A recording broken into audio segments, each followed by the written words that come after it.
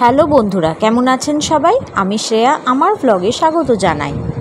মন ভালো করা হোক কিংবা শরীরে স্ফূর্তি আনা, কফি সব মুশকিলের সহজ সমাধান। রূপচর্চার ক্ষেত্রেও দারুণ উপকারী কফি।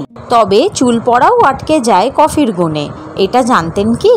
সপ্তাহে মাত্র 2 বার কফি দিয়ে তৈরি মাস্ক লাগালেই মিলবে সুফল। খুশকির সমস্যা থাকলেও রেহাই পাবেন এই হেয়ার প্যাকেই। কফির মধ্যে যে ক্যাফেন থাকে তা মাথার ত্বক পরিষ্কার রাখতে সাহায্য করে। অ্যান্টিঅক্সিডেন্টসে ভরপুর কফি চুলের পুষ্টিও যোগায়, চুলের গোড়াকে মজবুত রাখে, ফলে সহজে হেয়ার লস হয়ে যায় না।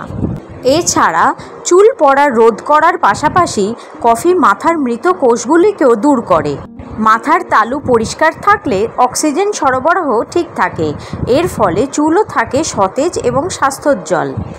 এবার জেনে নিন কিভাবে বানাবেন কফি মাস্ক। একটি লোহার পাত্রে নারকেল তেল নিয়ে ধীরে ধীরে গরম করুন। এরপর তার মধ্যে কফি পাউডার মিশিয়ে নিন। লোহার পাত্রে তেল গরম করলে চুলের পুষ্টিতেও কাজে আসে। এই মিশ্রণ হালকা গরম থাকতেই লাগাতে হবে। এই মিশ্রণটি সপ্তাহে 2 দিন ব্যবহার করুন।